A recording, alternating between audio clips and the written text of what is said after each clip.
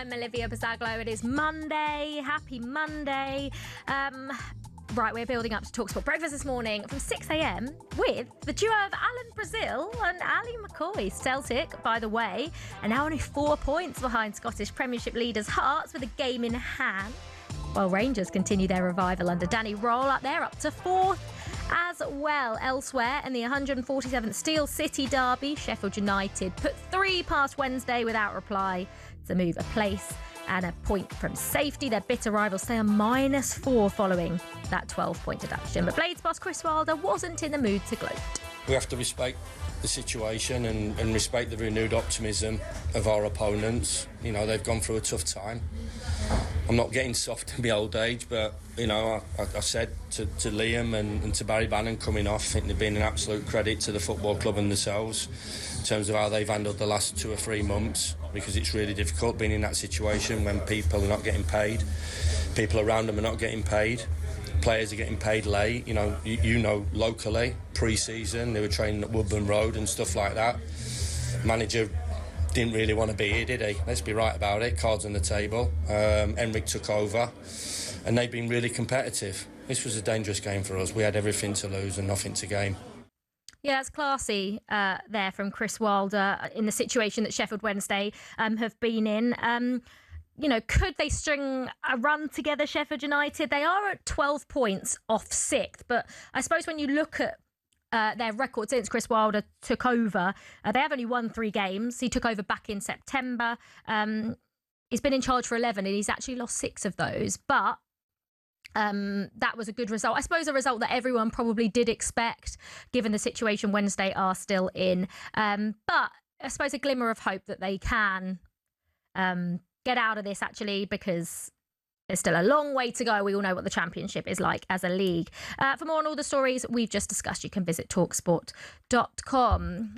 Right, Liverpool fans, I would say look away. If you're watching, if you're listening, close your ears, because it's time to talk about what happened at Anfield on Saturday. I feel like I need Liverpool fans to explain to me what happened, because I can't get my head around what on earth is going on there. It's 6 losses in 7. They're 11th. They're 11 points off Arsenal. But to lose at home, you know, we know what Liverpool traditionally are like at Anfield. To have lost that many games at home this season as well is remarkable. Not just 1 goal, but to lose by 3 against a side that are struggling. There's something about Forest and going to Anfield. They seem to just have Liverpool's number. But 81089 on the texts. What is going on at Liverpool right now? On the weekend sports breakfast, former Republic of Ireland striker Tony Cascarino ripped into £125 million man Alexander Isak. Isak is now looking like it could be their biggest failure in the history of signings at the moment.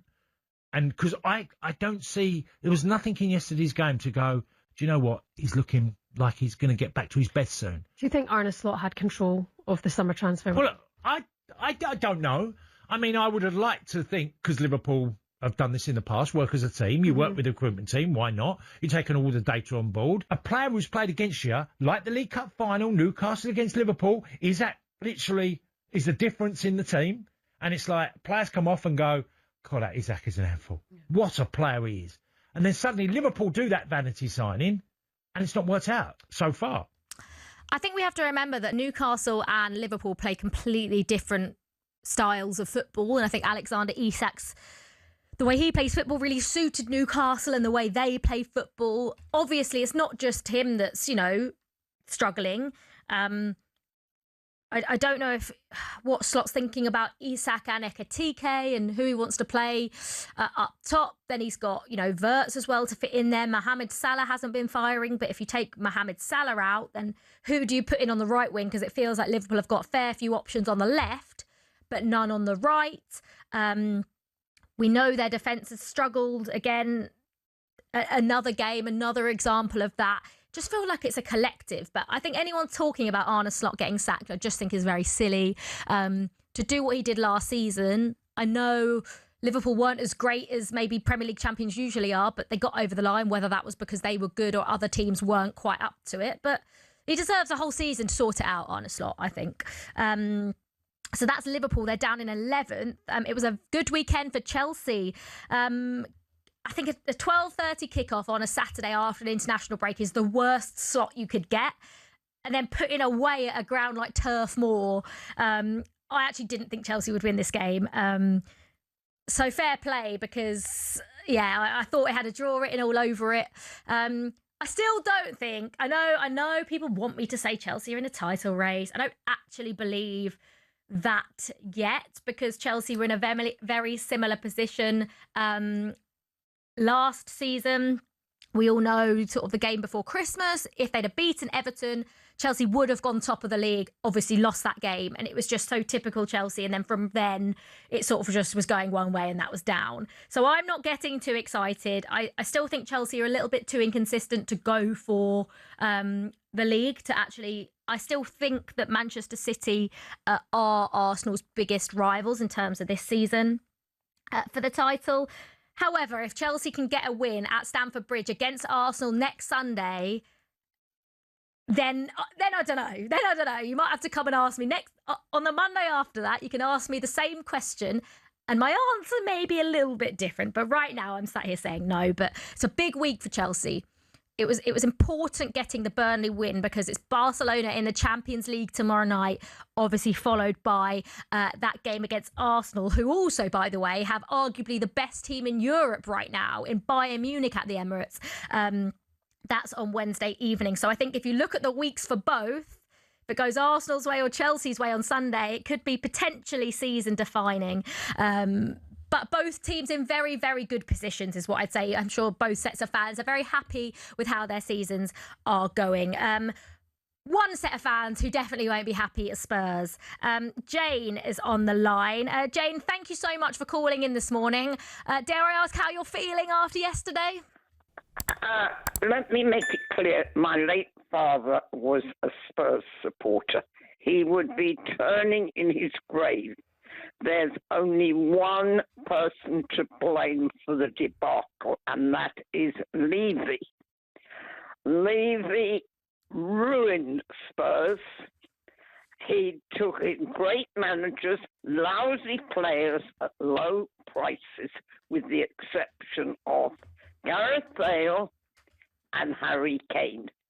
They did not have a support team around them. Jane, it's very obvious. Jane, just quickly, you mentioned Daniel Levy. Now, we know that he had a part to play in this summer, and the fact that, Spurs didn't get Eberechi Eze over the line. Is that another thing that you're angry about when it comes to Daniel Levy?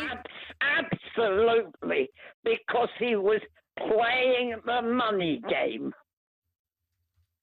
Okay, he wouldn't pay. I know he wouldn't pay, okay, and I understand your frustrations, but Daniel Levy is now not at the club.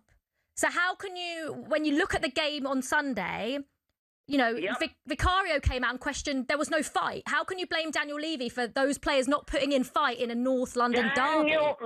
You have got a team that are not coordinated.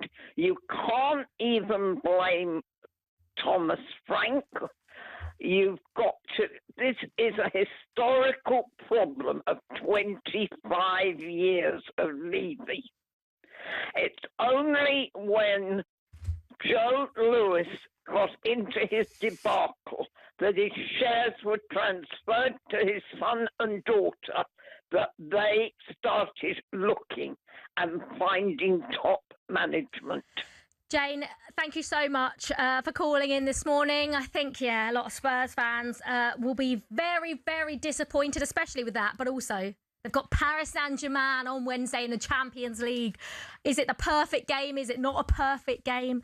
But Jane calling in. There's the Spurs fans. Right, it's just gone 5:45. It's time now for this.